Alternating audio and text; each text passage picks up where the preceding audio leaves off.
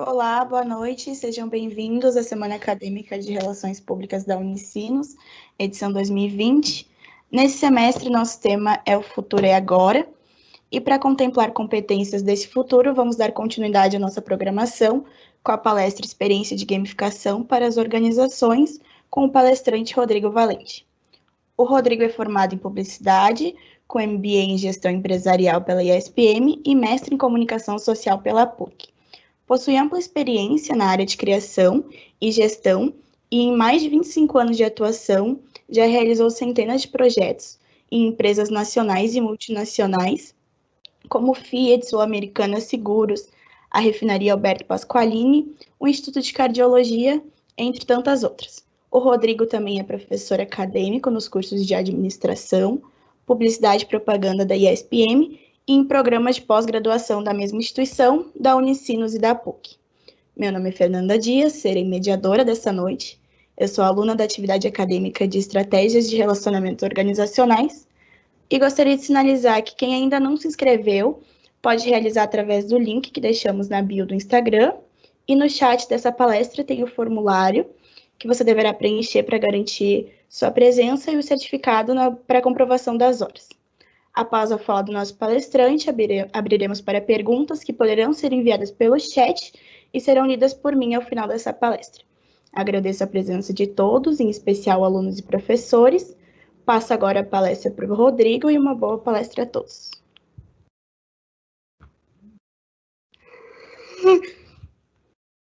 Bom, primeiramente quero agradecer a organização do evento, por essa maravilhosa organização. Só para trazer um spoiler aqui para vocês, estamos fazendo já testes desde a semana passada, então já consegui, digamos assim, estar muito à vontade com a ferramenta e com o protocolo, então desde já quero deixar um agradecimento muito especial a toda a coordenação. E Fernanda, muito obrigado assim, pelo espaço para a gente poder conversar sobre um tema tão importante, que é o tema da gamificação, que eu vou trazer para vocês hoje aqui como gerenciamento de atenção para as empresas, para as organizações. Então, eu vou compartilhar agora a minha tela, tá? Deixa eu abrir aqui, para que vocês já possam ver os slides que eu trouxe para poder ilustrar a minha fala, tá?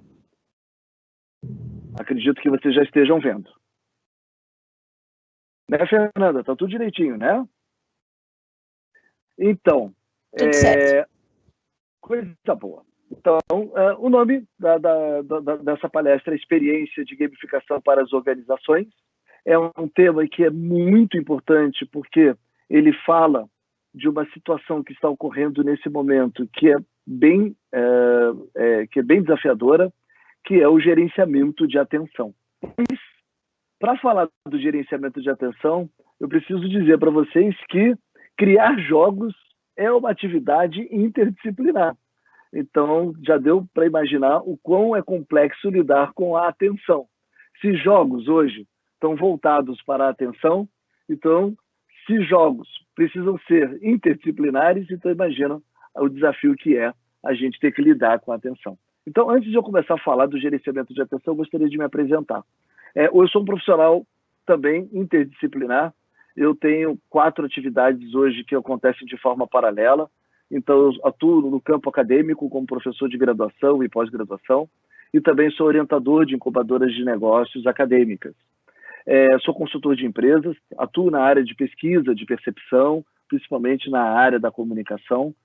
Ofereço planejamentos de comunicação integrada e também projetos de inteligência criativa e de employer branding. Também sou game designer, já tenho 8 jogos criados e publicados, e esses jogos são voltados para o ambiente corporativo, e é sobre essa experiência que eu gostaria de compartilhar com vocês. E também tenho uma produtora audiovisual, e essa produtora audiovisual ela realiza filmes, séries, animações, documentários, que já tiveram a oportunidade de serem vistos no Brasil inteiro e em mostras internacionais. Então, só para trazer alguns exemplos da minha atuação, como na área acadêmica, eu gostaria de destacar o trabalho que eu fiz como coordenador de uma empresa júnior, que foi o Caminho do Gol. O Caminho do Gol foi um trabalho onde a gente envolveu 30 alunos e 10 professores e conceituamos aqui, esse nome dessa rua ligou a FanFest ao Beira-Rio no período da Copa do Mundo. Foi um trabalho feito academicamente, junto com os alunos, para a Secretaria da Copa, a Secretaria Especial da Copa, e que depois foi realizada mais adiante com a Agência de Comunicação da Prefeitura.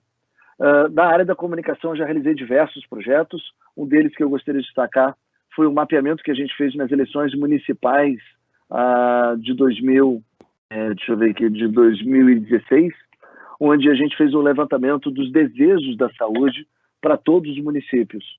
Então, a gente pediu para a população indicar quais eram os problemas da saúde na sua região. Esse material foi criado a partir de um algoritmo. Então, as pessoas colocavam as suas indicações e o algoritmo já montava automaticamente dossiês que foram entregues para os candidatos às prefeituras. Então, a gente gerou 497 dossiês e todos os candidatos que participaram das eleições naquele pleito receberam esse material. E os candidatos eleitos, né, depois puderam, junto com o sindicato que foi o promotor dessa ação, o Sindicato Médico do Rio Grande do Sul, pensar na saúde juntos. Então, foi um trabalho que desempenhei como consultor na área de comunicação. O meu contato com jogos, ele começa desde criança como um apaixonado por jogos, mas falando profissionalmente, ele começa quando eu resolvi estudar os jogos no mestrado, porque eu queria, naquele período, entender como é que a atenção estava se deteriorando rapidamente diante de tantos estímulos que estavam acontecendo na comunicação e na vida das pessoas. E aí eu acabei estudando essa indústria, a indústria de jogos, e a minha dissertação de mestrado foi sobre um jogo chamado Clash of Clans, que foi considerado um dos jogos mais rentáveis na plataforma de celular e tablet. E eu tive a oportunidade de, ao conhecer e estudar esse jogo, entender tudo que estava por trás, as teorias, as metodologias, toda a inteligência que é utilizada por uma indústria que já faz isso há muito tempo, né? Não a de jogos para celular, mas a de jogos. A de jogos é uma indústria, né, que existe há muitos séculos. Depois, jogos físicos criados de forma comercial há mais de um século e jogos digitais desde a segunda metade do século XX. Então, é uma indústria que conhece bastante o gerenciamento de atenção. E aí, então, conhecendo como é que esse jogo ele é feito, eu pude entender as técnicas e poder levar isso num ambiente corporativo. E isso se resultou em alguns projetos. Um deles é o Planeta Labs, que eu vou falar para vocês um pouco mais adiante, onde a gente teve a oportunidade de treinar todos os colaboradores dessa rede de varejo, que tem hoje em torno de 3.000 pessoas trabalhando, 3.000 colaboradores. E esse projeto foi vencedor do Prêmio Top Ser Humano de 2018. Então, assim, é uma trajetória, né? Então, é uma trajetória que ela é multidisciplinar, ela foi coletando, né? Coletando conhecimentos, aprendizados, experiências, para que eu pudesse chegar hoje e estar compartilhando com vocês os conhecimentos sobre gamificação orientado para as organizações. Se vocês quiserem conhecer um pouco mais dos projetos que eu relatei aqui e outros que eu tive a oportunidade de realizar, eu já deixo aqui de antemão o meu LinkedIn, então vocês podem se conectar ali e a gente pode depois, após a palestra, continuar o nosso bate-papo e, de repente, quem sabe, aí tramar alguns projetos juntos daqui para frente.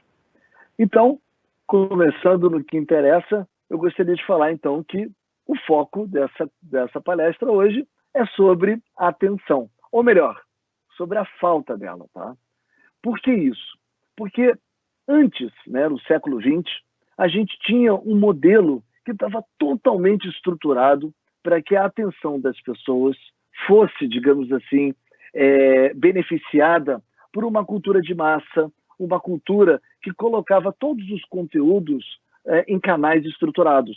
Então, se você quisesse saber sobre uma matéria que fosse urgente, você lia o jornal. Se você quisesse se aprofundar sobre um tema, você buscava uma revista. Se você quisesse ter acesso às janelas do mundo, você abria a televisão. Se você quisesse saber notícias da sua região, quem sabe se você ligava ali o rádio e pudesse se sintonizar numa estação. Então, nesse sentido, a cultura de massa, ela conseguiu fazer um gerenciamento de atenção por canais. Então, as pessoas sabiam que em cada canal a gente tinha um modelo de conteúdo que foi preparado de uma forma estruturada para que as pessoas pudessem consumir. Como naquele período a gente não tinha uma hiperconectividade como a gente tem hoje, então o que acontece? As pessoas estavam mais disponíveis. Elas literalmente ficavam sentadas no sofá da sua sala e elas aguardavam o horário do Jornal Nacional, o horário da novela, elas esperavam às 7 horas da manhã o jornal ser entregue nas suas casas ou acompanhavam o sala de redação a 1h da tarde para saber as notícias do esporte. Então, o que acontece? O relacionamento das pessoas com a informação, com o conteúdo e com os canais era uma relação tradicional e linear. Basta, trazendo aqui como um exemplo, mostrar para vocês o que é a grade de programação, né? Então, isso aqui é uma grade de uma afiliada da TV Globo, que é da Bahia, que diz que às 6h20 você tem a novela Além do Tempo, depois você tem o BATV, depois você tem o Jornal Nacional, depois uma novela e depois uma outra novela. Então, o que acontece? Aqui existe uma programação, é uma programação estruturada da atenção. Dava certo no século XX porque as pessoas participavam desse processo sentadas de forma passiva, interpretando. Então, nesse sentido, as pessoas sabiam se elas estivessem na escola, elas deveriam estar estudando. Se elas estivessem no trabalho, elas deveriam estar trabalhando. Se elas estivessem na sala de casa, elas poderiam estar acompanhando as notícias e as novidades da sua comunidade. Então, estava tudo organizado e estruturado de maneira linear.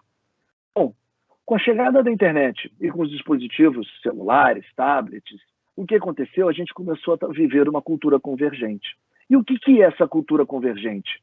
Os indivíduos começaram a assumir o papel de mídia, porque cada pessoa começou a procurar o conteúdo que queria, escrever conteúdo, criar conteúdo e publicar o conteúdo para a sua rede. Então, as pessoas que antes só participavam de uma forma passiva, interpretando, a partir de agora, elas fazem curadoria de conteúdo, elas produzem conteúdo e elas publicam conteúdo. Então, quando elas fazem essas 3 ações, elas se tornam mídia. Mídia, porque também tem nesse conjunto de atividades uma rede, uma audiência que está lá disponível para poder receber esse conteúdo. E que audiência é essa? São as redes sociais. Então, por exemplo, eu tenho, somando as minhas redes todas, em torno de 2.000 pessoas que acompanham as minhas postagens. Então, eu procuro temas que são de interesse da minha rede, eu produzo esses temas e publico. E a minha rede reage, ou positivamente ou negativamente, aos conteúdos que eu coloco. Então, dessa maneira, eu faço um papel de mídia e começo a ter um relacionamento com os outros canais e com as outras mídias de forma conectada e não linear. Significa que eu posso escolher o conteúdo que eu quero na hora que eu quiser. E eu posso publicar o conteúdo, seja ele só republicado ou transformado por mim, também na hora que eu quiser. Então, a gente tem aí o fenômeno, por exemplo, dos podcasts. Então, a gente tem uma série de podcasts sendo criados, transmitidos por pessoas para redes que são particulares ou redes que são próprias, de pessoas que se interessam e seguem aquele tema com muito interesse. Então, a gente tem essa dicotomia.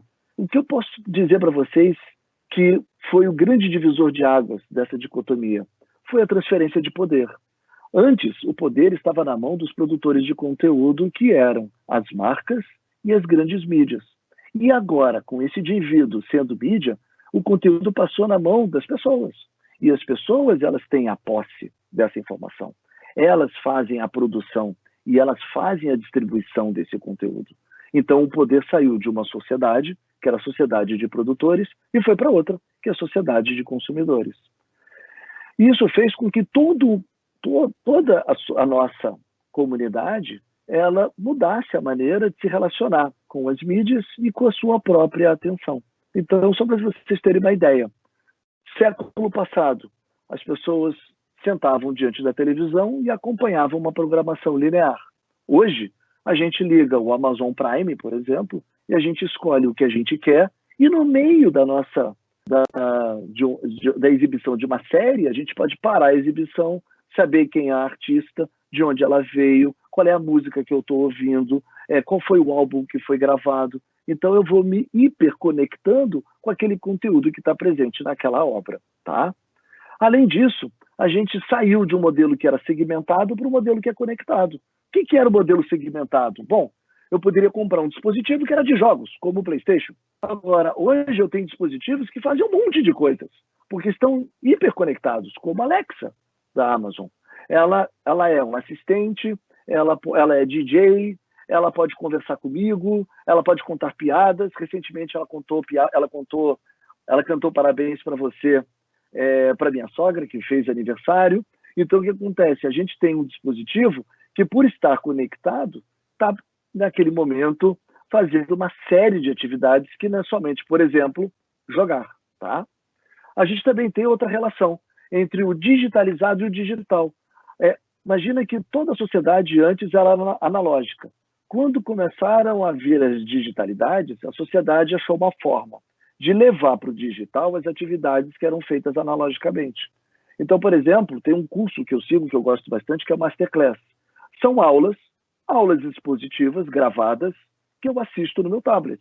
Então, isso aí é um modelo digitalizado. Eu poderia estar assistindo essa aula presencialmente. Porém, o modelo do Masterclass, ele traz pessoas que não estão disponíveis no dia a dia. São grandes empresários, grandes artistas, pessoas que são referência nas suas áreas. E aí, com isso, a gente consegue ter uma super aula, por isso o Masterclass. Mas também, eu faço parte de uma outra comunidade, que é da Doméstica, que é uma plataforma de cursos, onde também existe ali uma rede social. Então, eu tenho aula com professores e depois eu posso me conectar a eles ou a elas numa rede social. Eu posso publicar os meus trabalhos, eu posso receber feedback, eu posso comentar o trabalho de outras pessoas. Então, eu faço parte de uma rede. E aí eu tenho uma experiência hiperconectada, eu tenho uma experiência digital. E se a gente olhar também para as pessoas ou para os profissionais, a gente também teve uma mudança significativa. Porque no século XX, os profissionais faziam uma única coisa. Então, eu fico imaginando, por exemplo, um apresentador de telejornal. Eu imaginava o Cid Moreira, né? Aquela pessoa que dedicou a sua vida à bancada do Jornal Nacional. Mas hoje, as pessoas que apresentam, por exemplo, eSports, elas não fazem somente uma leitura de matérias ou uma leitura do jogo. Elas jogam, elas entendem de estratégias, elas fazem parte de uma rede, elas comunicam conteúdo para a sua rede. Então, elas são multidisciplinares, porque elas cuidam de conteúdo, de experiências, elas são as protagonistas, muitas vezes. Então, elas são parte daquela matéria, parte daquela notícia, e não apenas uma pessoa que vai ler ou reproduzir, literalmente, aquilo que está sendo escrito. Então, o que acontece? A gente tem aí novas camadas de profissionais que estão surgindo, profissionais que também fazem da sua atividade atividades multidisciplinares. Então, já que a gente está vivendo um mundo que é não linear, que ele é hiperconectado, que é multidisciplinar, isso, obviamente, impactou na atenção da gente, porque a gente está vivendo uma onda de muitos estímulos. Imaginem que a atenção ela é biológica. Então, a gente tem uma atenção que ela é biológica, concorrendo com uma exponencialização que é da tecnologia. No século XX, talvez a tecnologia ainda estivesse aquém da nossa capacidade de prestar atenção. Agora, a tecnologia ela avançou, e avançou de uma maneira absurda, na qual a gente sabe que a gente não tem a menor capacidade de prestar atenção a tudo. Então, hoje, a nossa capacidade biológica de prestar atenção, ela está sufocada, porque a gente tem estímulos demais para que a gente preste atenção a tudo. Quando eu entrei no mestrado, eu tinha a ideia de que prestar atenção era uma coisa que era como uma chave, on e off. Então, ou eu estava prestando atenção, ou eu não estava prestando atenção. Ao fazer a pesquisa, eu cheguei a algumas teorias que dão conta de que hoje a atenção ela pode ser dividida em 6 níveis, 6 categorias. Então, quais seriam essas? Tá? Primeiro nível é aquela atenção que a gente precisa interromper uma atividade. Então, por exemplo, se eu chegar agora para vocês e falar assim, gente, silêncio, eu preciso falar uma coisa importante para vocês. Isso é o uso de uma atenção cativa. Eu peço para que as pessoas parem a sua atividade para poder prestar atenção em algo. Mas não é somente, a atenção não é somente isso. A atenção também é um movimento voluntário, é um movimento que vai atrás dos seus próprios interesses. Então, eu posso, de repente, passar a madrugada inteira procurando destinos de viagem pós-pandemia. E isso talvez vai tirar o meu sono e eu vou parar de pesquisar de manhã. Eu não fui obrigado a fazer isso. Eu não parei de fazer aquilo, mas eu fiz isso para poder atender o interesse meu. A gente também tem a atenção aversiva, que é uma atenção que tem muito a ver com a nossa biologia, porque é uma atenção que o nosso corpo utiliza para a gente evitar experiências ruins. Então, toda vez que a gente corre algum perigo, a gente tem algum medo, algum receio, a atenção aversiva ela aparece e a gente fica super ligado. Então, imagina que eu estou dirigindo o carro, começa a chover e fica de noite. Meu Deus, eu vou grudar as duas mãos no volante e eu vou ficar grudado ali, olhando para o retrovisor e para o para-brisa, para eu não perder nada. Então, eu estou usando a minha atenção para não viver uma experiência negativa. Mas também existe a experiência atrativa, que é aquela que eu quero viver plenamente uma experiência, como um show, a ida a um teatro, a um balé, ou de repente uma viagem. Eu quero viver aquilo intensamente. Eu escolhi viver aquilo como um grande episódio da minha vida. Então, isso é um outro nível de atenção. Depois tem uma atenção de frente da mente, que é aquela atenção onde a gente coloca o nosso foco. É uma atenção dedicada, como, por exemplo, uma leitura. Mas também os nossos outros sentidos estão funcionando. E se estão funcionando, a gente tem a atenção de fundo da mente circulando, porque está pegando no cheiro, no paladar, no tato, na audição, outras informações que estão à volta. O que se imaginava até o final do século XX? É que quando se fechava um canal desse, os outros ficavam inativos. Então, toda a indústria imaginava que para as pessoas prestarem atenção, bastava que elas tivessem apenas um canal desse hoje preenchido. Tá? Só que, na verdade, isso não é verdade. O certo é que para uma pessoa ficar 100% atenta, ela precisa estar com todos os níveis juntos, preenchidos.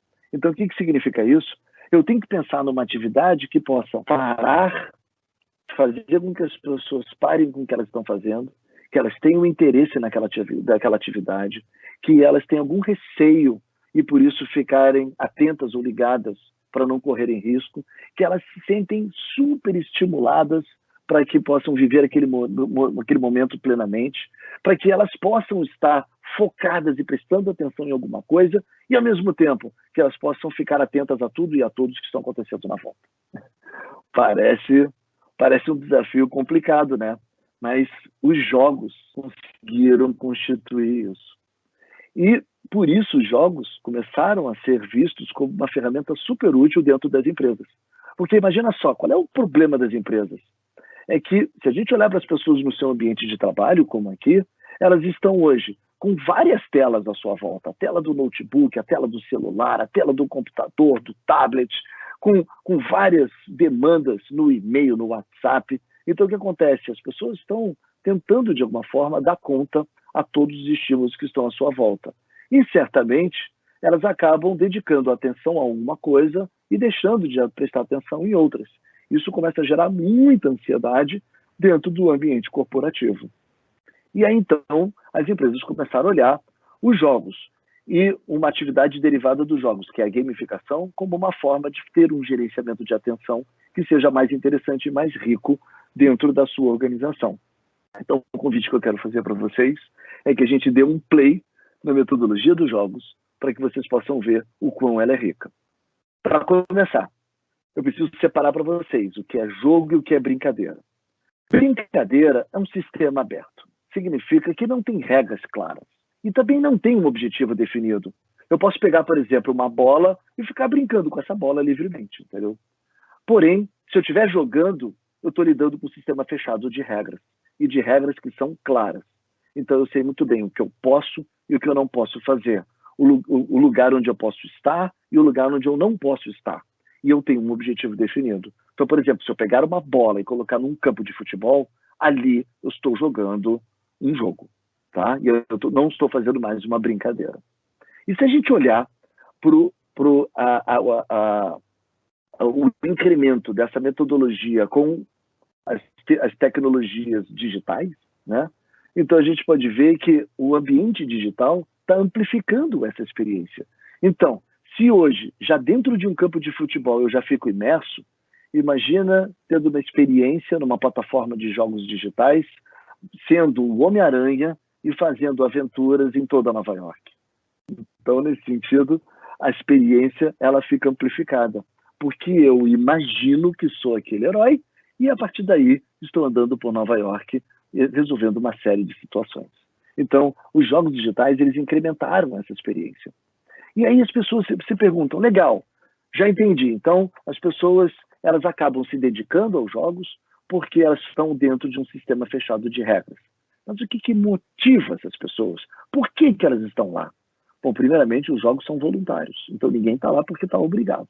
Mas tem uma teoria, que, aliás, não é uma teoria dos jogos, é uma teoria do Mihaly, quando estava estudando a felicidade, onde ele traz esse fluxo, né? Ou melhor, o flow, para mostrar como é que os jogos eles equilibram isso. Para a gente ficar atento, é interessante a gente equilibrar as nossas expectativas com o nosso domínio. Então, a gente tem que achar um ponto de equilíbrio entre os desafios e as nossas habilidades. Então, por exemplo, se a gente tiver baixa habilidade e pouco desafio, a gente vai viver uma apatia. Se a gente tiver mais desafios, mas poucas habilidades, a gente vai ter preocupação. Se a gente tiver mais habilidades, mas poucos desafios, a gente vai ter tédio. Nada disso vai gerar atenção. E vai ficar pior ainda se eu tiver muito desafio e pouca habilidade. Eu vou entrar em nível de sofrimento, nível de ansiedade. E se eu tiver muita habilidade e pouco desafio, eu vou ter uma atuação de relaxamento. Então, significa uma não atuação. Então, nesse sentido, o flow é quando a gente começa a ter um nível médio de desafio com um nível alto de controle. Ou um nível alto de desafio com um nível médio de controle. Então, o flow é justamente o intercâmbio disso. Então, eu tenho uma experiência que me coloca numa situação de risco, mas eu ganho uma habilidade e eu domino aquela experiência. Aí, por conta disso, eu preciso ser novamente desafiado para poder conquistar uma nova habilidade.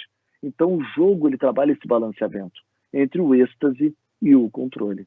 Isso acaba gerando uma economia, que é o que a gente chama de economia do jogo, que é uma economia baseada em feedback. O que significa isso? Se eu estou protagonizando um processo dentro de um sistema fechado de regras, tá? E eu estou, nesse momento, lidando com o equilíbrio entre desafios e habilidades, o que eu mais quero nesse momento é feedback. Então, a indústria de jogos entendeu que o sistema de jogo é um sistema que oferece feedbacks muito interessantes. E quem fez essa teoria foi o Burke, que é um autor especializado em gamificação. Então, essa é a roda que o Burke desenhou. Ele colocou a economia do jogo em 4 quadrantes. E ele diz no livro que cada quadrante diz respeito a um tipo de feedback. Então, a gente tem, num quadrante, um feedback associado à autoestima. Então, quando eu recebo no jogo um elogio, ou de repente eu assumo a liderança, ou eu tenho uma ideia de progresso, isso está enriquecendo a minha experiência e a minha ideia de estima comigo mesmo. Mas eu também vou ganhando um capital social. Esse capital social ele vem de um feedback de amigos, de grupos, ou de status dentro do jogo. O jogo ele tangibiliza a minha experiência. Então, como ele tem elementos tangíveis, ele vai me dando também feedbacks que são tangíveis, como os prêmios, as recompensas, ou de repente dinheiro, ou pontos. E isso vai me dando uma noção de divertimento, porque eu vou tendo a ideia de descoberta, de entusiasmo, de medo ou admiração. Então, o jogo ele trabalha com esses 4 quadrantes. São 4 elementos que mexem com as emoções das pessoas, mas estão associados a um processo de feedback. Então, o que significa? É que as pessoas envolvidas nesse sistema fechado de regras, com um objetivo claro, vão recebendo feedbacks que vão atendendo a sua autoestima, o seu capital social, vão conseguindo tangibilizar a sua experiência e vão também agregando divertimento com isso. Só que isso é efeito. Então a gente precisa pensar nas causas. Então, por trás dessa economia do jogo, a gente tem uma coisa chamada game design. que seria o game design? É a estrutura, é a metodologia, é o formato que a gente vai dar ao jogo para poder emular nas pessoas esses 4 elementos da economia do jogo. Então, isso se chama um game design. Esse aqui é o game design que eu propus na minha dissertação de mestrado, que depois se tornou, digamos assim, a inteligência da minha empresa, que é a 818, que oferece jogos para o ambiente corporativo. Então, aqui, se vocês podem perceber, que é um eixo com 8 prismas. Tá? Esses 8 prismas precisam estar combinados. Então, eu vou explicar para vocês o que significa cada um desses prismas. Tá? Então, assim, o primeiro prisma é a mecânica. O que é a mecânica? A mecânica é o conjunto de regras. É o conjunto de regras que vai ajudar a tornar aquela atividade um sistema fechado. Então, por exemplo, eu tenho regras de pôquer, eu tenho regras que são baseadas em jogos de azar, eu tenho uma regra como futebol de campo, que a gente sabe, né? Que tem 11 jogadores de cada lado, tem que colocar a bola numa goleira, 45 minutos em 2 tempos. Eu tenho, por exemplo, o Candy Crush, que tem regras que você precisa fazer combinação de cores. Então, você precisa montar uma mecânica onde você vai ter regras que vão te trazer feedback, e esses feedbacks vão garantir a você algum tipo de recompensa. Tá? Além disso, as pessoas precisam se motivar, elas precisam ter curiosidade, elas precisam ver que essas regras estão associadas aos seus interesses. Então, a gente tem aí a narrativa. A narrativa é a história que está sendo contada no jogo. Então, você pode ser o milionário dos imóveis fictícios, como Monopoly, ou você pode desvendar mistérios, como o jogo de detetive, você pode ser um caçador de recompensas, como no jogo Uncharted, ou você pode fazer fama no Velho Oeste, como Red Dead Redemption. Então, são narrativas. Então, na verdade, as pessoas jogam não pelas regras. As regras são as condições delas estarem no jogo. As pessoas jogam pelas narrativas. As narrativas é que vão dizer como é que elas vão se transformar dentro daquele jogo. O terceiro elemento é a estética. Por quê? Eu preciso ter uma imersão. Essa imersão, ela tem que ter algum tipo de conteúdo que me faça sentido. Então, por exemplo, no cassino, eu tenho baralho, eu tenho os dados, eu tenho as fichas, eu tenho, por exemplo, jogos que entregam uma estética realista, como é o Pokémon GO, onde eu estou caçando Pokémon na rua, na cidade. Eu tenho jogos que têm uma estética futurística, que me apresenta, por exemplo, um mundo que a gente ainda não viveu, ou até aqueles mitológicos, né? Como God of War, onde eu estou jogando dentro do Olimpo, combatendo ali a ira dos deuses. Então, nesse caso, a estética é a forma pela qual eu vou conseguir fazer uma imersão naquele mundo e entender que aquele mundo, ele pode ter, mesmo sabendo que ele é fictício, ele vai ter um resultado real, porque as emoções que eu vou viver nesse jogo serão reais. E aí a gente vai para o quarto elemento do game design, que é a tecnologia. Eu preciso saber quais elementos fazem parte desse jogo. Então, por exemplo, no futebol tem a bola. Nos jogos para celular, eu vou usar o próprio aparelho do celular. Se eu for fazer um jogo de realidade virtual, vou precisar de um óculos VR. Se eu for fazer um jogo de tabuleiro, vou ter lá os dados, os peões. Então, essas são as tecnologias que vão ser utilizadas para o jogo. Eu vou ter que pensar no tempo que as pessoas vão jogar. Então, por exemplo, as pessoas podem jogar com ciclo instantâneo, por exemplo, rodando dados, e aí só o ato de rodar o dado já é o próprio jogo. Tem ciclos rápidos, como uma rodada de pôquer, por exemplo, que dura 5 minutos, 10 minutos, vai depender do blefe e da quantidade de apostas que vão ser feitas, né? Eu tenho ciclos casuais, que são ciclos um pouco mais longos, mas ainda são curtos, levando em consideração que são de 5 minutos, 10 minutos, como são jogos de celulares. E a gente tem ciclos dedicados, que aí são campanhas. Então, por exemplo, para jogar o jogo do Batman numa plataforma como Xbox ou o PlayStation, cada rodada leva meia hora, 1 hora. Então a gente tem que ter um ciclo mais dedicado dentro daquele jogo. Também a gente tem que pensar quem é que vai jogar, né? Então esse jogo vai ser um jogo individual? Ele vai ser em time? Vai ser com um grupo de pessoas? Vai ser por um grupo de pessoas massivo? Significa, eu vou estar dentro de uma comunidade que eu não sei com quem eu estou jogando. Então isso também vai dizer como é que vai ser a experiência do jogo. Por fim, eu tenho que saber para quem se dirige o jogo, se é para crianças, se é para um público jovem, se é para um público adulto, ou até para um público corporativo, que é o caso da minha empresa. E eu também tenho que imaginar como é que esse jogo vai gerenciar a atenção, como ele vai obter, preencher os 6 níveis de atenção, como é que ele vai garantir a captação da atenção das pessoas, como é que ele vai estruturar a atenção das pessoas por meio de narrativas e como é que ele vai proteger a atenção delas por meio de feedbacks que são personalizados. Então, por exemplo, o Clash of Clans ele fez muito sucesso porque cada um montava a sua vila e defendia a sua vila. Então, cada um tinha uma vila diferente e vivia situações diferentes. Então, o jogo era o mesmo para todo mundo, mas as experiências dentro do jogo eram diferentes. Isso é a capacidade de proteger a atenção do jogo. Te entrega um feedback que é único, que, na verdade, é completamente diferente de outra pessoa que está jogando o mesmo jogo, mas que tem, por exemplo, uma outra vila. Tá? Isso é a estrutura de um jogo. Tá? Então, quando a gente fala de game design, é a estrutura que monta um jogo. O que aconteceu? Outras áreas que não são do entretenimento começaram a olhar para essa estrutura e viram, caramba, essa estrutura é bastante eficiente, consegue trabalhar bastante a atenção das pessoas. Então, quem sabe a gente não traz essas mecânicas, a gente traz essa linguagem, ou a gente traz esse design thinking, né? Esse design game thinking, onde a gente pode aplicar isso em outras áreas, como, por exemplo, nas empresas ou mesmo na educação. Então surgiu o conceito de gamificação. Gamificação é você pegar mecânicas de jogos e você associar essa mecânica a uma estética, a um pensamento de jogo que vai envolver as pessoas e elas vão se sentir engajadas, motivadas a fazer uma ação porque vai existir algum tipo de recompensa. Tá?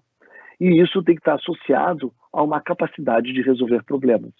Então, você pega uma atividade que, por exemplo, não é um jogo, como cozinhar. Você pode dizer, bom, como é que o objetivo do jogo é você cozinhar com formas idênticas. E aí você cria uma estética que é baseada em cores vivas, você cria uma mecânica que você tem um tempo definido e você tem que fazer isso utilizando um determinado tipo de ferramenta e você vai dar um prazo para que essa ação seja feita. Então você está transformando o ato de cozinhar num jogo, tá? Só que, como cozinhar não é um jogo, então aquela atividade passa a ser uma gamificação. Qual é o problema desse termo? É que, primeiro, é um termo recente, tá? A gamificação só tem 10 anos, tá?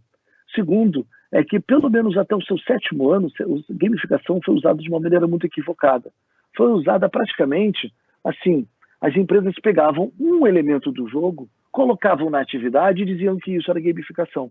Então, por exemplo, uma empresa pegava uma equipe de vendas, fazia um placar e dizia quem era o primeiro, o segundo, o terceiro lugar. E dizia, ó, gamificamos as vendas. Então, na verdade, você pegou só o placar. Você não tem o game design envolvido nessa atividade. Ou, de repente, dá emblemas.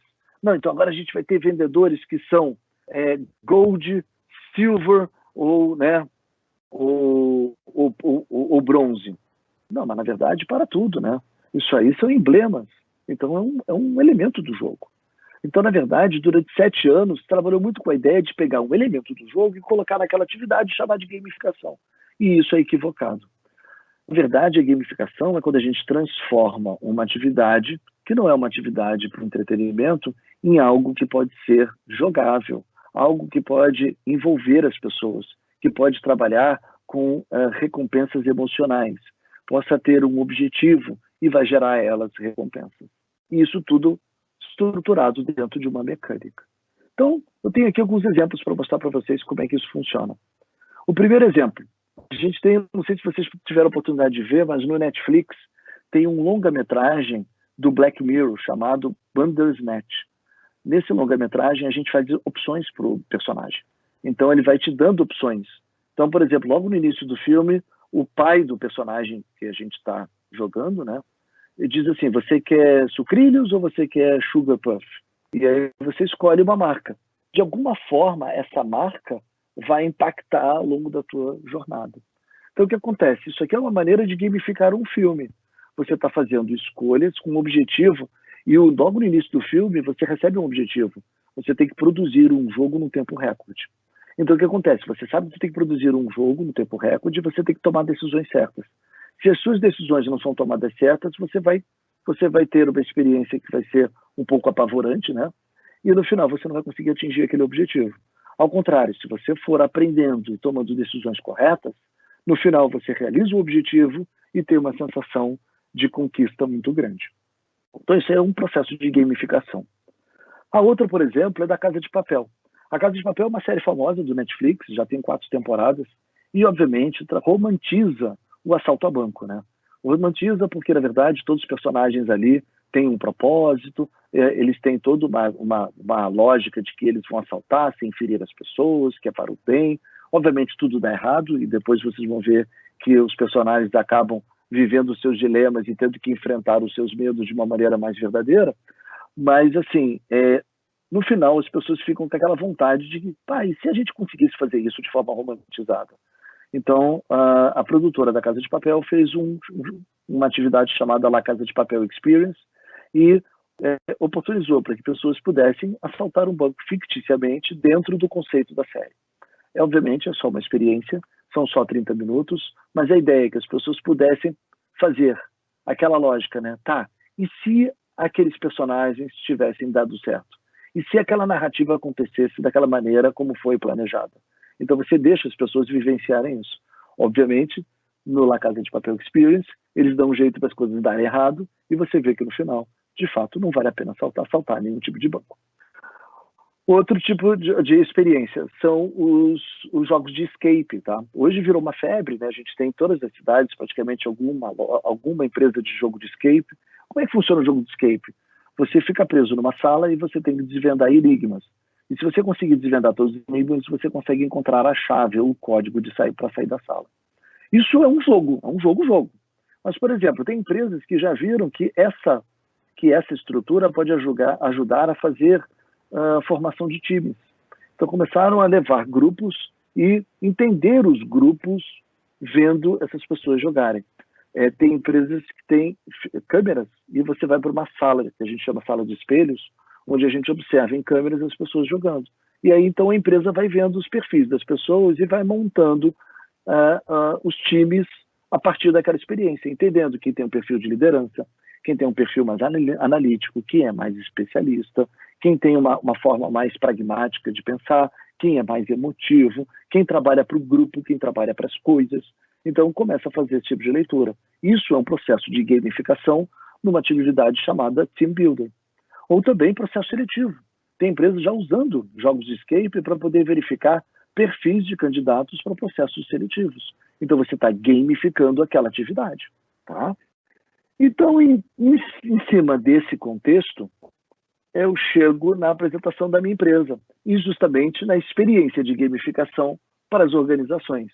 Então, enxergando nas empresas que hoje a gente tem um déficit de atenção gigante e a gente tem uma lógica de game design que hoje está super forte e que está dando garantias de um bom gerenciamento de atenção para diversos tipos de atividades dentro das empresas, eu e mais um sócio na área dos jogos físicos e um terceiro sócio na área de jogos digitais, a gente criou estratégias e depois produtos que são gamificados para as empresas poderem jogar. Então, por exemplo, o primeiro produto que a gente criou foi o Sala de Guerra. Sala de Guerra, como vocês estão vendo aqui, é um ambiente onde a gente cria como se fosse um war room, né, uma sala de guerra, onde, na verdade, as pessoas precisam conquistar territórios. Só que esses territórios, eles não são territórios como a América do Sul, a Europa, a África, a Ásia. Na verdade, são conceitos. As pessoas precisam conquistar o conceito de mercado, de relacionamento, de rentabilidade, de concorrência, ou outros nomes que, de acordo com a empresa, a gente vai adaptando. E aí, então, as pessoas que vão jogar, elas têm que resolver problemas que estão apontados para cada um desses eixos, né? E eles têm que apresentar a solução, e essa solução é colada no mapa. E no final, o júri que está sentado nessa mesa aqui no fundo vai definir quais são as estratégias que são capazes de conquistar os territórios. Então, na verdade, a gente está usando a lógica de um jogo de war. Aí alguém deve estar se perguntando, tá, mas isso não é plágio? Eu digo que não, porque, na verdade, mecânicas de jogos, elas são universais. E as mecânicas de jogos funcionam mais ou menos como o roteiro de um filme. Você pode fazer adaptações e, a partir daí, contar novas histórias. Então, aqui, nesse caso, A gente tem isso, né? É uma mecânica que ela foi totalmente adaptada para se trabalhar em empresas. Aqui a gente faz jogos de planejamento estratégico, a gente faz jogos de alinhamento de cultura, a gente faz jogos para criação de estratégias de vendas, porque, na verdade, o que interessa são os conceitos que as pessoas vão se apropriar. E aqui tem duas fotinhas que eu deixei para vocês. Eu vou expandir uma delas aqui para vocês, para que vocês possam ver que ninguém está mexendo no celular. Olha só que loucura. Então, o que acontece?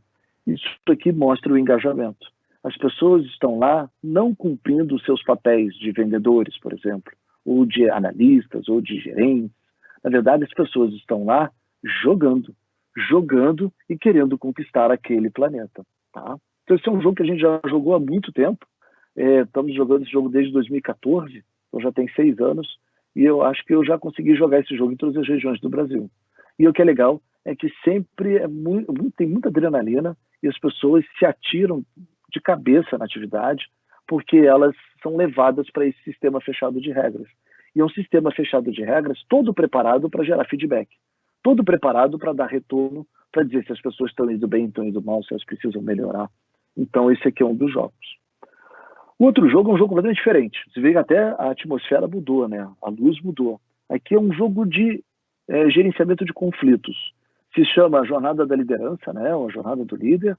E nesse jogo é um tabuleiro, onde a gente tem 4 caminhos que levam ao centro do tabuleiro. Nesses caminhos, a gente tem 8 estágios. E em cada estágio, a gente tem um sentimento. O que acontece? O grupo precisa resolver situações que são liberadas depois de jogar os dados e resolver aquelas situações com o sentimento que está naquela casa. Qual é o problema que existe hoje? Quando a gente aprende teorias de marketing, de vendas, de finanças, a gente, na verdade, só aprende o lado frio dessas situações, o lado pragmático, a teoria. Só que, normalmente, quando isso acontece numa situação de emoção. Às vezes você está vivendo uma euforia, um medo, uma ansiedade, uma insegurança. E como é que tu casa o sentimento com aquela situação? E como é que você aplica a teoria nisso? Esse jogo, a gente permite isso. A gente fala de situações da empresa que são confrontadas com sentimentos e as pessoas precisam achar saídas, soluções para sair daquele dilema. Então é um jogo também que a gente já jogou no Brasil inteiro. Mais uma vez, vou expandir aqui, vocês vão ver a adrenalina das pessoas, todo mundo aqui enlouquecido, jogando, prestando atenção, porque quer conquistar de alguma forma aquele centro do mapa.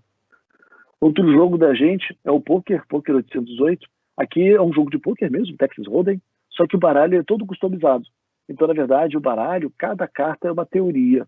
É uma teoria que é importante para a empresa. Como num baralho a gente tem 54 cartas, então a gente pode botar 54 teorias. E aí, de acordo com as regras do poker, a gente lança no início da rodada um desafio, as pessoas jogam, e quem ficar com cartas na mão no final do jogo tem que resolver aquele desafio com as teorias que estão nas cartas que estão na sua mão.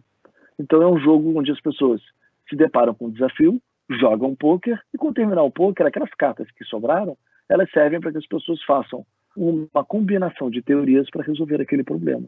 A gente também já jogou no Brasil inteiro, já joguei com mais de 300 pessoas. Esse aqui é um jogo que a gente fez para o Iguatemi, e aqui dá para ver bem a atenção das pessoas. Todo mundo querendo saber como é que joga, como é que resolve o problema. Tem as fichas, né? Então, nas fichas, você tem aquele feedback, se você está ganhando, se você está perdendo. Então, também é uma atividade que estimula muito as pessoas e faz com que nas empresas a gente consiga um engajamento muito grande. Aqui no Iguatemi, a gente fez esse jogo para poder comunicar uma campanha de final de ano. E normalmente as pessoas ficavam pouco tempo nessas reuniões, e nesse jogo as pessoas ficaram 1 hora, cada time, e todo mundo no final levou um baralho com as teorias. Então é uma maneira de você estar também empoderando esse público, fazendo com que esse público, ele de fato, ele se sinta proprietário, protagonista daquele processo. E aí, com o passar do tempo, as empresas começaram a nos perguntar, legal, mas vocês estão jogando com 50 pessoas, 100 pessoas, 200 pessoas, a gente gostaria que fosse para 3.000 pessoas. Então a gente criou então uma divisão na empresa que são jogos digitais. E esses são jogos que podem ser jogados por todo mundo da empresa. A gente já fez jogo para Labs, para Estúdio Z, para Diferpan, para o Grupo G8, para um grupo grande de logística chamado Coopercarga, para o Colégio Farroupilha. E é muito legal essa relação, porque cada empresa tem uma natureza diferente, mas o gerenciamento de atenção pelo jogo sempre dá certo.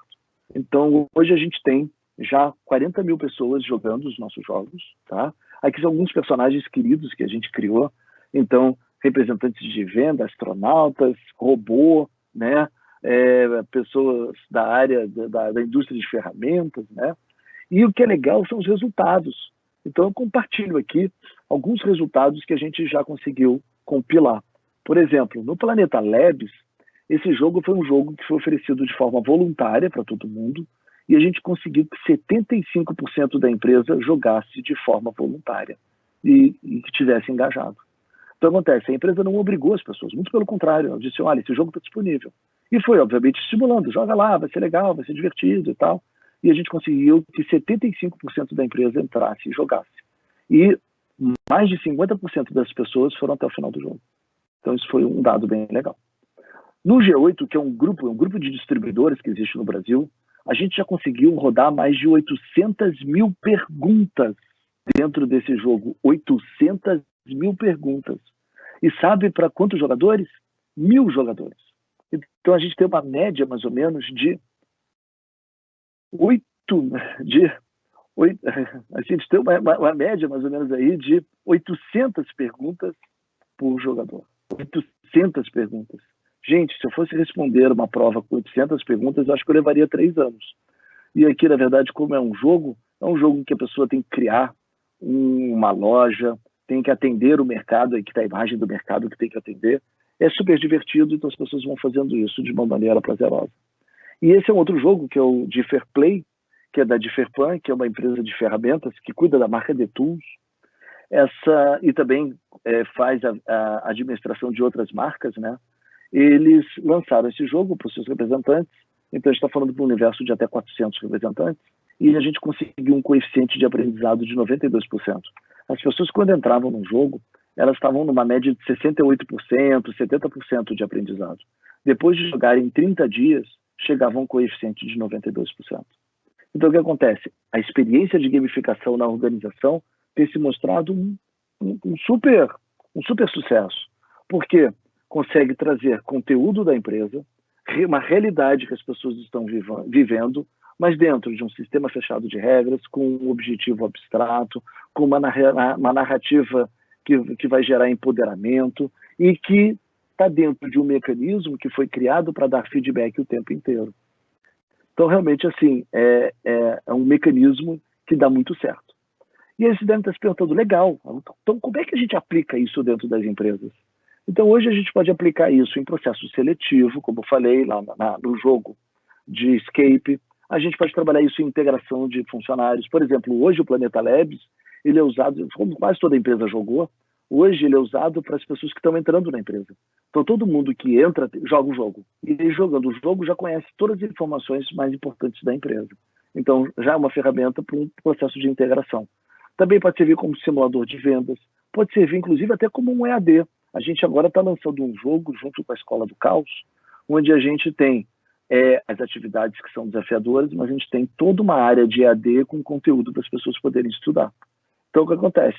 A gente pode trabalhar também esse binômio, estudar e jogar, tranquilamente. A gente também pode pensar em soluções orientadas para o mercado. As empresas podem se apropriar da gamificação e podem fazer pesquisa de consumo. Então, quando uma pessoa está jogando, ela está escolhendo coisas. Então, você pode fazer uma pesquisa de consumo. Você pode educar consumidores a fazer coisas. Por exemplo, uma escola de finanças pode criar um jogo para ensinar as pessoas a aplicar no mercado financeiro. A gente pode fazer treinamento de franquias, imagina, né? A franquia oferecer o jogo como treinamento para os seus franqueados, né? A gente pode fazer mapeamento de conhecimento. Imagina, de repente, fazer um mapeamento de marketing de toda uma região. Eu lanço um jogo de marketing, as pessoas jogam e eu faço uma fotografia do conhecimento dessas pessoas sobre marketing. Então, olha quantas oportunidades podem acontecer. E a gente pode ainda trazer tecnologia para isso. Então, por exemplo, a gente pode trazer realidade aumentada para que pessoas possam jogar em fábricas sem ter que aprender colocando a mão direto no equipamento. Então, dessa maneira, não colocando, né, a sua integridade física, né, em jogo. Então, a realidade aumentada pode oferecer isso. E a realidade virtual pode trazer também simulações simulações que envolvam até mais risco, como simuladores de voo, simuladores de caminhões e etc. Então, gente, o que eu queria trazer para vocês hoje é que a gente está falando de uma metodologia que ela é poderosa. É uma metodologia que ela é complexa, porque a gente está falando de 8 esferas associadas à mecânica, narrativa, estética, tecnologia, intervalo de tempo, modo de jogador, mercado, atenção, mas é uma metodologia que vai trazer para as pessoas um feedback que é voltado para a sua autoestima, um feedback que vai lhe dar capital social, um feedback que vai trazer elementos tangíveis e que vai trazer uma noção de divertimento. Então, isso vai gerar um estado de flow, porque vai conseguir equilibrar desafios e habilidades de uma maneira mais sensível. Não vai ficar só no desafio ou só no incremento de habilidades. E com isso a gente vai ter um equilíbrio maior nesse estado de flow. Então, dessa forma, as empresas se apropriando e não fazendo, né, apenas o roubo ali, né, de um elemento de jogo, mas sim trabalhando isso como uma metodologia e trabalhando isso de uma maneira mais integrada, né, a gente vai ter experiências como o Sala de Guerra, experiências de discussão empáticas sobre conflitos, a gente vai ter jogos de baralho, a gente vai ter jogos digitais que poderão entreter e fazer com que as pessoas se sintam protagonistas de forma legítima, de forma voluntária, de um processo que foi feito para elas crescerem e se desenvolverem. E mais, sem medo de errar.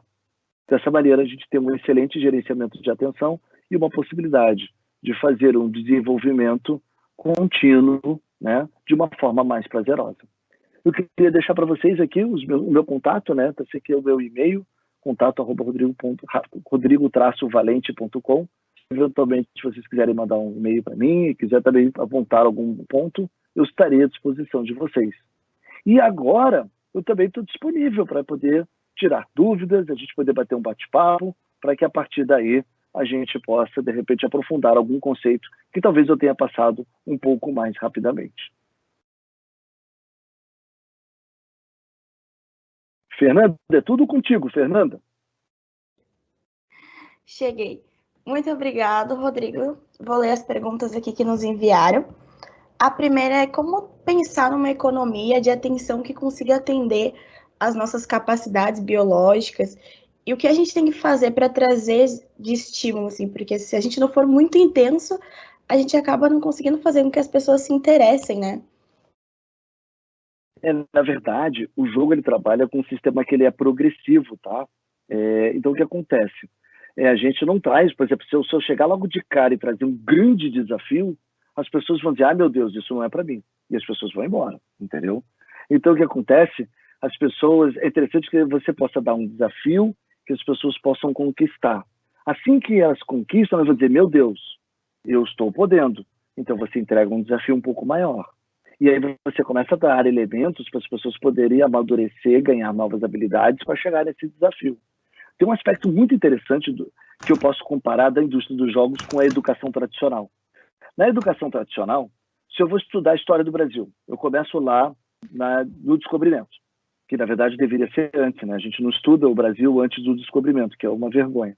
Mas assim, vamos imaginar que a gente está lá, começando no descobrimento. Aí a gente aprende que quem descobriu o Brasil foi o Pedro Álvares Cabral. Aí depois a gente passa para a família real no Brasil. Legal, Dom João VI no Brasil. Depois a gente vai para a independência. Legal, Dom Pedro I. Depois a gente vai para o reinado do Dom Pedro II. Depois a gente chega na República. Só que a gente não aproveitou os aprendizados anteriores. A gente praticamente trocou um conteúdo por outro. Então o que acontece? Como é que o nosso cérebro organiza isso? Bom, aquilo era útil, agora não é mais, eu descarto e eu pego um novo conteúdo. Então, como é que funciona a nossa memória na educação tradicional? A gente só arquiva aquilo que o nosso organismo acha que é essencial. O resto, o nosso organismo descarta. Como é que o jogo faz? O jogo ele fala, não, todo aprendizado ele é importante. Então, jogando Mario Bros, por exemplo. Então, você começa aprendendo a correr. Depois, tu aprende a pular. Depois você aprende a pular e a bater com o martelo. Depois você aprende a correr, a pular, a bater o martelo e a subir a escada. Então o que acontece? Todo esse aprendizado ele vai se acumulando e ele vai te dando desafios maiores. Seria legal, na educação tradicional, a gente conseguir integrar um desafio que pegasse, por exemplo, todo o período da monarquia no Brasil. Então seria um desafio mais complexo. Mas não, a gente recebe o desafio recortado só naquele tema. Então nosso organismo descarta aquilo que acha que não é importante. Então como é que o jogo constrói isso? Ele vai acumulando. A gente vai acumulando as habilidades. E os desafios vão ficando cada vez maiores, cada vez maiores. A indústria digital, que é mais malandra, identifica o seguinte: ela recebe do jogo todos os feedbacks. Se ela identifica que as pessoas estão parando sempre numa fase, a indústria de jogo digital faz uma atualização do jogo e acha um mecanismo das pessoas passarem daquela fase. E aí, dessa maneira, as pessoas vão crescendo, vão se desenvolvendo e vão tendo essa ideia de conquista. A Nintendo, ela tinha um discurso, quando ela entrou nos Estados Unidos, muito interessante, que era o seguinte: para vender jogos, as pessoas precisam aprender a jogar.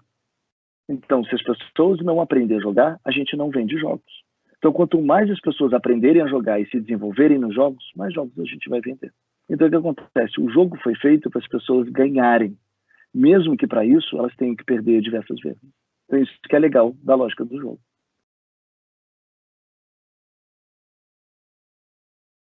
A Andrea fez uma pergunta. Ela perguntou como fazer com que um jogo engaje junto ao público interno. Ela comentou que lembra que viu as primeiras palestras de gamificação no Social Media Week em 2012, e muito se falava de gamificação meio complexa. Lembra que tinha muitos colegas montando programas de gerenciamento de tarefas de agências baseados em RPG, e pessoalmente ela acha que a curva de aprendizagem, nesse caso, pode ser alto e pode não engajar toda a equipe. Concordo contigo, André, em gênero, número e grau, tá? O jogo ele não pode ser complexo, tá? Então, o que acontece? A gamificação trabalha com mecânicas que são mais simples. Por exemplo, eu tenho um amigo meu que ele gamificou a aula dele, tá? Como é que ele gamificou? Olha que interessante essa mecânica. Ele dá aula de software. Então, ele falou o seguinte: gente, eu vou passar um exercício para vocês e vocês vão fazer esse exercício sozinhos. Quem terminar o exercício me chama, que eu vou verificar se está correto. Se não estiver correto, eu vou fazer os ajustes necessários. Quem concluir e tiver concluído de maneira correta, pode levantar e ir embora. Então, o que acontece? Ele acabou criando uma mecânica. Então, as pessoas ficavam lá fazendo o exercício.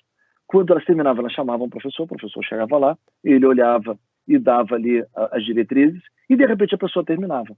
Quando a pessoa terminava, ela tinha o prazer de levantar, olhar para toda a turma e dizer: gente, fui, tá? Eu dominei a tarefa. E vai. E aqueles que ficam podem ficar com o sentimento de dizer: puxa vida, eu ainda não sei, mas em compensação, eles sabem que agora eles vão ter mais atenção do professor, porque agora vai ter menos alunos para que o professor possa se dividir. Então ele criou uma mecânica que é perfeita, que quem termina primeiro sai mais cedo, é beneficiado porque tem a noção do aprendizado, né? E quem fica não é penalizado, muito pelo contrário, porque ganha a atenção extra desse professor para poder tirar todas as suas dúvidas e poder, quem sabe, no próximo desafio, conseguir levantar mais cedo. Então isso é uma estratégia isso é uma estratégia de gamificação. Então a gente não precisa criar uma narrativa RPG toda complexa, com muitos personagens para as pessoas poderem jogar. Não, pode ser uma coisa bem simples. O que é importante é que as pessoas saibam que é preciso ter um objetivo, que para atingir esse objetivo tem que respeitar algumas regras. Essas regras vão ajudar a dar uma noção de progresso, que ao longo daquela atividade tu vai ter algum tipo de feedback. E isso vai te gerar algum tipo de comprometimento emocional. Eu tenho uma atividade que é ótima, que é uma atividade que eu estimulo as pessoas a fazer uma brincadeira de balão.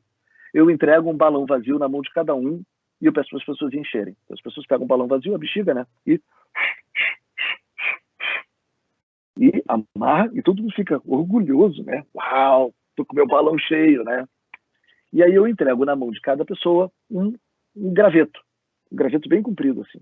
Eu entrego, e fino, pontudo, entrego na mão de cada um graveto. E aí eu coloco no quadro uma frase bem grande: ganha quem ficar com o balão cheio. Ponto. Isso é a minha mecânica. Essa é a regra. Ganha quem ficar com o balão cheio. Ponto. que acontece normalmente?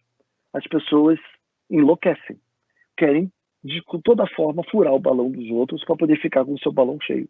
É uma batalha que acontece ali na sala, todo mundo, tem gente que tira o sapato, sobe na mesa, puta, tá, assim, ó, 10 minutos de catarse, e aí no final tá todo mundo suado, dois ali tentando proteger o seu balão naquela relação de desespero e êxtase, né, porque conseguiu manter o seu balão cheio. E eu digo, bom, gente, então quem é que ganhou aqui? Ah, foram essas duas pessoas. Ah, então tá, então uma salva de palmas para esses dois, ou para essas duas, né, então. E eu digo, bom, gente, vocês tomaram uma decisão que é uma decisão que gerou um gasto de energia muito grande, né? Vocês sabem que vocês poderiam ganhar esse jogo sem gastar uma energia, né? E utilizando talvez até um conceito mais interessante, porque o conceito que vocês usaram aqui foi o conceito de eliminar o outro, né? E eu não sei se esse conceito de eliminar o outro é o conceito mais acertado para que vocês possam trabalhar depois em times, em grupos, em squads, para os projetos que a gente vai fazer. Agora, a regra era muito clara. Ganhava quem ficava com o balão cheio. Então, isso significa que se todo mundo não saísse furando o balão do outro, todo mundo ganharia o jogo. Então, isso aí é uma gamificação. E eu digo, olha, eu só induzi vocês ao erro. Eu entreguei para vocês um graveto. Mas quantas vezes na vida a gente é induzido ao erro, quando na verdade a gente tinha que parar, refletir e fazer algo diferente. Então, na verdade, erros do passado têm muito a ver por esse conceito de gamificação ser muito recente, só tem 10 anos. Então, no início, se tentou fazer coisas muito complexas, coisas tecnológicas, digitais, pegou um elemento do jogo e colocou dentro da empresa, quando, na verdade, a gamificação é muito mais simples. A gente só tem que entender como trazer uma mecânica de jogo para uma atividade que não é jogo, trazer um objetivo, envolver as pessoas emocionalmente naquilo e, principalmente, dar feedback. Aí, com isso, Andréia, eu tenho certeza que vai ficar mais simples levar isso para as organizações. Uma pessoa em anônimo que te parabenizou pela criatividade da empresa, disse que adorou, que é muito importante esse teu estudo, e assim, sem precisar de valores exatos, mas como é esse tipo de orçamento, investimento? Porque não é um investimento tão fácil de aprovar como um material gráfico, por exemplo. Perfeito, perfeito. Excelente pergunta. Na verdade, assim, ó, esse investimento, na verdade, ele tem 2 pilares, tá? Isso para as empresas em geral, tá? Você tem o processo de gamificar uma atividade, então isso é um processo de consultoria. Então você vai pegar uma atividade, tu vai gamificá-la, então tu vai pensar num game design para ela, tu vai pensar numa mecânica, que elementos de jogos você vai trabalhar, qual é a narrativa, qual é o objetivo que vai ser construído. Então o que acontece? Você vai fazer uma consultoria, isso aí é um serviço, tá? Então por isso tem um preço. E o outro preço é a produção do jogo. Então, por exemplo, pode ser um jogo simples, um jogo de bola, mas pode ser também um jogo digital, com programação, que vai envolver, de repente, um time enorme de programadores, entendeu?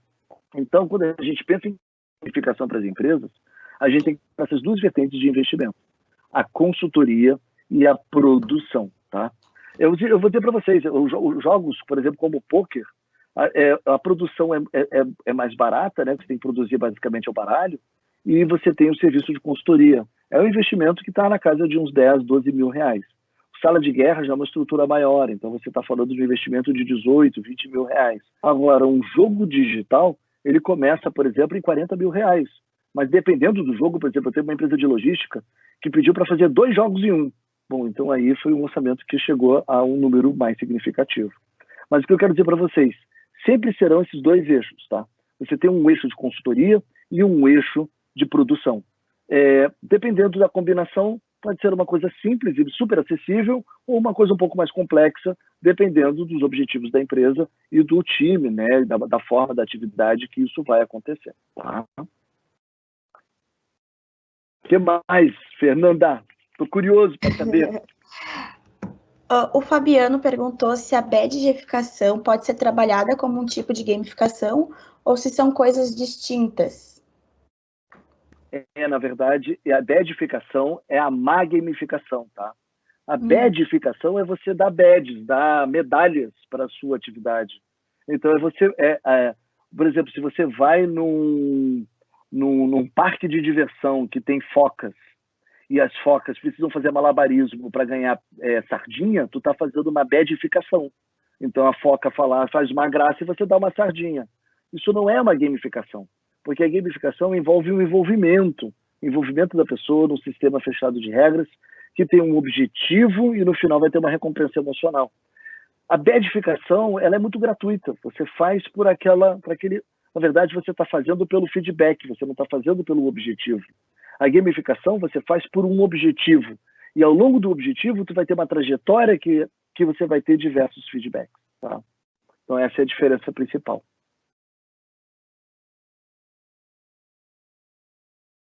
Vamos lá. A Sandrine botou: boa noite, Rodrigo. Gostaria de saber como engajar as pessoas a jogarem os jogos e quais estratégias devem ser usadas. Devemos sempre pensar em jogos intuitivos, devido uma organização ter pessoas e públicos de diferentes idades, e os jogos seriam uma boa estratégia de relacionamento para criar os clientes de uma instituição também, além dos funcionários? Excelente pergunta também. Na verdade, assim, quando a gente entra no jogo, todo mundo entra em situação igual. Porque como ele é um sistema fechado de regras, as regras do nosso mundo não valem dentro desse sistema. Então, por exemplo, vamos falar de uma empresa. Eu posso pegar a presidente de uma empresa e eu posso pegar uma pessoa do chão de fábrica. Quando as duas pessoas entram no jogo, elas são iguais. Então, o jogo é uma ferramenta ótima para você fazer uma integração dentro da empresa. Eu já fiz integrações dentro da empresa onde a empresa toda estava lá. Da pessoa que cuida da portaria até a pessoa que faz o relacionamento com os acionistas. E todo mundo jogando a mesma experiência. Então, é uma atividade fantástica para você poder envolver a todos. Agora, a questão da construção de engajamento, assim, vai depender muito da sensibilidade da pessoa que estiver fazendo o game design, né? Porque você precisa ter uma narrativa que seja do interesse das pessoas. Tem que lembrar do tempo. Quanto tempo as pessoas vão estar disponíveis? Vai ser meia hora, 1 hora, 30 minutos, 10 minutos? Tem que pensar numa mecânica que talvez seja mais simples e mais fácil de aprender. Então, por isso que a gamificação ainda guarda alguns mistérios, porque isso é uma equação. É uma equação que, dependendo de cada empresa, você tem que achar um denominador comum. Então, assim, a construção de um melhor engajamento é a adequação. A adequação dessa inteligência do jogo, desse pensamento de jogo àquela empresa ou àquela situação. E aí a recomendação que eu dou é testar bastante. Então, por exemplo, todos os jogos que eu faço, eu testo bastante. Eu testo em casa, eu testo com amigos, eu faço um grupo de teste, eu faço os jogos digitais. Então, a gente tem vários grupos de teste que a gente faz, porque ninguém tem a ideia ou a pretensão de montar um jogo e achar que logo de cara ele vai dar certo. Então, a gente precisa testar e receber feedback do público. É muito legal que hoje a própria indústria de jogos alimenta isso. A gente tem comunidades, por exemplo, na Steam, onde você tem os produtores de jogos colocando lá para as pessoas testarem. Então, as pessoas baixam, testam de graça, dão um feedback, e quando o jogo é lançado, elas têm direito a receber a cópia completa. Então, acontece, o jogo é um processo também de desenvolvimento, cujo feedback também pode ajudar na construção do próprio jogo. Então, significa que a gente não pode ter a pretensão de imaginar que na primeira criação a gente vai emplacar. Na verdade, a gente tem que testar, ouvir bastante feedback, para no final ter um produto que possa realmente engajar. Uma outra pergunta, assim, eu posso gamificar uma comunicação interna, por exemplo? Pode gamificar. Por exemplo, os nossos jogos, por exemplo, eles são uma espécie de gamificação da comunicação interna. Que, na verdade, a gente faz por exemplo, na Labs. A Labs é a história de um astronauta que está numa estação espacial e tem que conquistar um planeta, que é o planeta Labs. Então, o que acontece? Quando esse astronauta chega no planeta, ele tem que conquistar as regiões do planeta. Essas regiões, normalmente, são temas importantes da Labs. Então, por exemplo, já teve nesse planeta região chamada Black Friday, já teve promoção de Natal, já teve Dia das Mães. E quando a pessoa chegava nessa região, tinha que entender o que significava aquilo. Então, era uma forma da empresa dizer para os seus colaboradores o que significava aquela promoção. Olha, no Dia das Mães a gente vai fazer isso, no Dia dos Pais a gente vai fazer aquilo, no Natal vai ser assim, assim, assado. Então, o que acontece? Ao serem desafiados, ao serem desafiadas, as pessoas, elas acabavam tendo contato com um conteúdo que, se chegasse para elas no e-mail de maneira muito estruturada, talvez elas não guardariam. E como elas estão conquistando o planeta Labs, então elas querem saber e querem dominar aquele conteúdo. Por isso que eu digo, O engajamento do jogo ele passa muito, mas muito mesmo, pela narrativa que a gente vai criar. Porque se essa narrativa tocar o coração das pessoas, meu Deus, a gente vai longe. Na Labs, eu ouvi gerente falar assim, olha, eu virei a noite jogando, porque eu queria muito saber o que acontecia quando a gente conquistava o planeta inteiro. Na verdade, o que a pessoa estava me dizendo é o seguinte, Rodrigo, eu virei a noite toda estudando e conhecendo as informações sobre a empresa. Olha que coisa linda, né? Então, é muito possível e é válido a gente poder trabalhar. Tem uma outra pergunta aqui do Francisco Lobo. Ele falou que tu citou exemplos de empresas adultos, então, e como as crianças podem aprender a jogar esses jogos. Também deixou um elogio, que está muito boa a sua palestra, que ele está aprendendo sobre gamificação. Coisa boa, coisa boa. Bom, as crianças, a gente tem uma vantagem com as crianças, tá? Elas se voluntariam facilmente, tá? Os adultos a gente tem que dizer, olha, não morde, olha, não vai gerar nenhum problema com RH, pode ficar tranquilo. Então, por exemplo, nas empresas eu tenho que chegar e eu tenho que fazer uma palestra primeiro para dizer, olha, gente, esse jogo é voluntário, a gente não tem nenhuma pretensão de extrair métricas de desempenho de vocês por esse jogo, é para gerar feedback para vocês aprenderem e tal. Com as crianças é diferente, as crianças elas são curiosas por natureza. Então, os jogos hoje nos colégios são utilizados de uma maneira fantástica. Então, por exemplo, aqui no Rio Grande do Sul, já tem alguns colégios que já têm na formação das crianças disciplinas de jogos. Para quê? Para que as pessoas já aprendam, para que as crianças já possam enxergar nos jogos uma mecânica que seja de desenvolvimento. Eu tenho uma amiga minha que tem uma empresa chamada MyRobot, que ela ensina robótica de uma maneira gamificada para crianças. Então, o que acontece? As crianças elas entram de cabeça, porque elas rapidamente conseguem abstrair e conseguem imaginar esse problema abstrato que a gente está trazendo. O que eu acho um desperdício é que hoje, muitas vezes, a gente abre mão dessa imaginação toda e coloca elas sentadas numa sala, organizadas como se elas estivessem dentro de uma fábrica e tendo que decorar conteúdos. Quando, na verdade, se elas tivessem a oportunidade de viver uma experiência associada àquele conteúdo, elas teriam memorizado de uma maneira fantástica. Tem uma coisa interessante que eu queria dizer que eu acho que é legal, que é o seguinte, o jogo, ele te entrega, apesar de ser uma experiência simulada, ele te entrega uma emoção real. E a emoção é a cola da memória. Quando a gente recebe uma informação e junto com essa informação vem uma emoção, a gente memoriza. Então, o que acontece? Imagina a gente ter uma educação para crianças baseada em jogos, tá? Onde elas possam jogar matemática, português, geografia, história, e, junto a essa experiência, ter emoções que sejam verdadeiras. Eu tenho certeza que elas não vão mais esquecer quem foram as pessoas importantes que marcaram a nossa história. E, assim, qual dica tu nos deixaria, assim, para tentar iniciar esses jogos nas organizações, né? Como começar? Excelente. A primeira dica que eu dou é joguem. Tá? A gente só vai conseguir criar jogos se a gente jogar. Tá? Então, assim, eu faço mentorias, eu tenho turmas que eu monto para poder ensinar as pessoas a criar jogos, né? E eu sempre digo, a primeira missão, ou a primeira lição é jogar. Quanto mais jogar, mais capacidade as pessoas terão para poder criar jogos, tá? Não existe game designer que não joga, tá? Então, eu me lembro quando eu fiz o meu mestrado, o meu super orientador, o André Pazzi, ele era um orientador que, ao contrário dos demais, ele não dizia para mim no final da orientação, olha, lê esse livro, lê aquele livro. Ele só dizia, Rodrigo, joga muito, entendeu? E lê, mas joga primeiro, tá? Porque quanto mais você jogar, mais você vai entender a indústria dos jogos. Então, o que acontece? A primeira coisa que eu sugiro é jogar. Quando vocês começarem a jogar bastante, vocês vão começar a entender as mecânicas. E aí vocês poderão pegar essas mecânicas e adaptá-las para situações reais. E aí o que eu sugiro é vocês testarem. Criem, de repente, uma mecânica simples, testa com um grupo, vê qual foi o resultado, ouçam feedbacks, né? Depois, faça um processo de desenvolvimento dessa mecânica, aplica de novo, mas se não jogar, então não vai conseguir fazer. Então, por exemplo, eu tenho o hábito de jogar sempre. Eu não sou um jogador que, assim, eu viro jogos, né? Porque senão eu precisaria de muito tempo. Então, eu sou um jogador que eu sou meio um voyeur. Eu baixo, jogo um pouco, entendo ali a mecânica, depois eu pego outro jogo, baixo, dou uma olhada, e aí eu vou aumentando meu repertório de conhecimento de jogos. Eu tenho realmente, assim, uma fixação muito grande por mecânicas. Eu quero conhecer mecânicas, porque eu sei que o repertório de mecânicas vai me deixar com capacidade de criar novos jogos.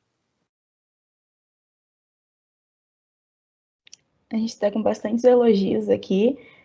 Parabéns pelo trabalho. Uma coisa interessante nos jogos é que despertam a competitividade e a vontade de superação para alcançar os objetivos. Vejo que é uma boa forma de engajar as pessoas dentro de uma organização. A Mariana falou: eu não tenho nenhum questionamento, mas só quero deixar registrado meus elogios à palestra. Sempre tive muitas dúvidas sobre esse assunto e remeti a gamificação a algo muito tecnológico e digital.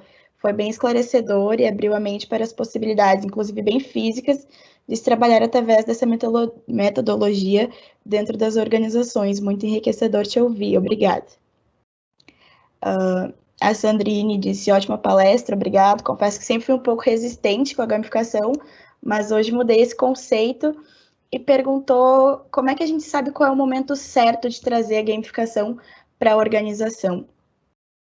Excelente pergunta também. O momento certo de trazer a gamificação é quando as pessoas na organização observam que já existe uma falta de atenção que está prejudicando o relacionamento das pessoas, a cultura da empresa, a performance, o sentimento de pertencimento.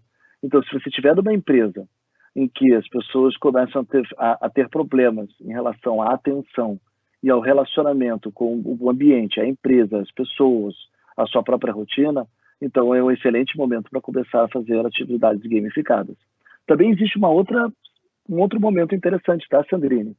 Que é quando você quer que a empresa dê um salto, ela dê um crescimento. Porque, de repente, as pessoas já estão super envolvidas, estão super engajadas, mas, de repente, elas não se dão conta de que elas podem muito mais. E aí o que acontece? Você faz uma atividade gamificada e elas extrapolam. E aí é muito legal. Então o jogo ele também dá para nós a ideia de que a gente pode extrapolar. A gente pode, naquela narrativa, ser um herói, ser um aventureiro. A gente pode se desafiar mais. A gente pode perder o medo de errar. E aí com isso a gente consegue, mais adiante, levar essas emoções para o nosso dia a dia de trabalho. Então, Sandrine, o momento certo de trazer a gamificação é o momento onde vocês acham que, de repente, a empresa ela poderá ser beneficiada por esse engajamento, esse envolvimento maior que essa metodologia traz. A gente tem aqui os elogios também da Prof. Nadege, dizendo que foi muito boa a tua palestra. A Ana Maria também dizendo que está encantada e adorou conhecer mais sobre o assunto. E o Francisco fez um comentário sobre os romanos, que tinham razão de chamarem os professores de crianças de ludomagister, os professores de jogos. As crianças, elas têm muito a nos ensinar, entendeu? Eu sei disso, que eu tenho 2 gurizinhos aqui em casa, né, que são uma paixão e vivem criando peças, jogos, entendeu? Atividades, e a gente se diverte, a gente aprende com eles. É realmente assim, olha, quando a sociedade estiver capacitada de incentivar na infância o aprendizado por meio de jogos e mais, incentivar as crianças a levar a sua criatividade, a criar novos jogos e levar essa criatividade para o mundo adulto, eu tenho certeza que a gente vai viver uma sociedade muito mais interessante. Então, a chave está por aí.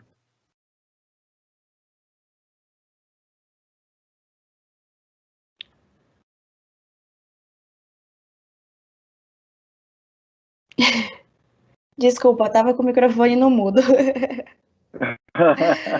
Só um minuto que eu vou ler a próxima pergunta aqui.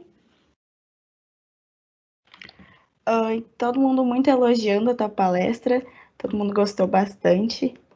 Tá unânime aqui nos comentários. Eu recomendo quem quiser ficar um pouco mais próximo desse tema. Nesse ano, a Netflix lançou uma série chamada High Score, que são 6 episódios falando do início dos jogos digitais até quase os dias de hoje. É muito interessante porque mostra como os jogos foram importantes para a construção da cultura que a gente vive hoje. E é muito legal, tem um ponto que eu achei maravilhoso, é que os jogos eles deram voz e deram condições das minorias conseguirem se sentirem representadas. Então, por meio dos avatares, por meio dos códigos, por meio da sociedade em rede, as minorias se sentiram representadas. Então, tem vários depoimentos nessa série de pessoas que são transexuais, LGBTs, tem situações de racismo estruturado que conseguiu, de alguma forma, ser transposto a partir de situações dos jogos que vale a pena a gente poder ter acesso. Realmente, assim, é uma série que eu recomendo e dá para conhecer melhor sobre o universo dos jogos de uma forma mais rica, né? Inclusive, eles tiveram a preocupação de fazer entrevistas com as grandes personas dessa indústria, né? Então, trouxeram pessoas lá do início que foram as precursoras e aquelas que ajudaram a quebrar as regras. E é legal porque é um baita de um documento. E a gente tem o depoimento delas como um registro de uma indústria que eu tenho certeza que não vai parar de crescer. Só para ver um dado interessante, hoje, a indústria dos jogos nos Estados Unidos, ela já compõe o segundo maior PIB dos Estados Unidos. Então, hoje, a indústria dos jogos a indústria dos jogos hoje ela superou a indústria do cinema e do entretenimento, né? Então, hoje, somente a indústria dos jogos, onde você tem aí toda sorte de produtos relacionados a ela, já conseguiu transpor o automobilismo e a indústria do cinema. E tem outro ponto interessante. A empresa que fez o Clash of Clans, que se chama Supercell, era uma empresa de 60 pessoas e que, num determinado momento, resolveu assim, derrubar todos os seus projetos, porque todos os projetos não estavam funcionando. E criaram 5 squads. Dessas 5 squads, 2 fizeram um jogo cada. Uma se chama Hay Day e a outra Clash of Clans. Essa empresa de 60 pessoas foi vendida para uma publisher chinesa por bilhões de dólares. Foi vendida por 5 bilhões de dólares. E o Clash of Clans, ele no seu auge, ele faturava 150 milhões de dólares por dia. Então, o que acontece? A gente tem aí uma indústria que tem tudo a conseguir realmente se posicionar como uma indústria importante na cultura da nossa sociedade. O que é importante é a gente poder enxergar como é que ela se posiciona de uma forma que vai ajudar as pessoas a ter uma riqueza de aprendizado maior, uma riqueza profissional maior, uma riqueza de relacionamento maior. Só fazendo mais um parênteses, agora na pandemia, o meu filho menor não está podendo encontrar seus amigos.